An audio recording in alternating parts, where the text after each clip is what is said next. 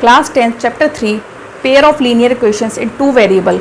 आज के इस वीडियो में हम सीखेंगे graphical method of solving linear equation. जब भी हम ग्राफिकल मेथड से लीनियर इक्वेशन को सॉल्व करते हैं तो हमारे पास ये तीन केस आते हैं, फर्स्ट, सेकंड और थर्ड। फर्स्ट केस में क्या होता है, जब आप प्लॉट करते हैं ग्राफ लीनियर इक्वेशंस का, तो आपको फर्स्ट केस में क्या होगा, एक लाइंस जो होंगे एक डिस्टिंक्ट पॉइंट पर इंटरसेक्ट करेंगी, सिर्फ और सिर्फ किसी एक पॉइंट पर इंटरसेक्ट करेंगी, और वो जो पॉइंट होगा वो क्या हो जाता है, एक यूनिक सॉल्यूशन हो जाता है। और इस तरीके का जो सॉल्यूशन होता है वो कैसा होता है, कंसिस्टेंट होता है। और इस केस में a1/a2 का जो रेशियो होता है b1/b2 के रेशियो के इक्वल नहीं होगा। a1 a2 b1 b2 यहाँ पर क्या है, कोफिशिएंट है हमारे। Second case, if line coincide, यानी कि आपने ग्राफ प्लॉट किया और दोनों ही लाइन एक दूसरे को कवर अप कर रही है, एक के ऊपर एक लाई कर रही है, कोइंसाइड कर रही है, तो इस केस में हमारे सॉल्यूशन क्या होते हैं, इनफाइनाइटली मैनी सॉल्यूशंस होते हैं।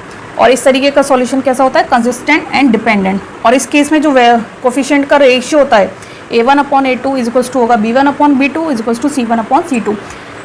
इफ़ लाइन्स आर पैरेलल, यानी आपने ग्राफ प्लॉट किया और दोनों लाइन एक दूसरे के पैरेलल जा रही हैं, यानी उनके बीच का डिस्टेंस इक्वल है, तो इस केस में सॉल्यूशन कैसा होता है, कोई सॉल्यूशन नहीं होगा आपके पास, यानी सॉल्यूशन नो सॉल्यूशन।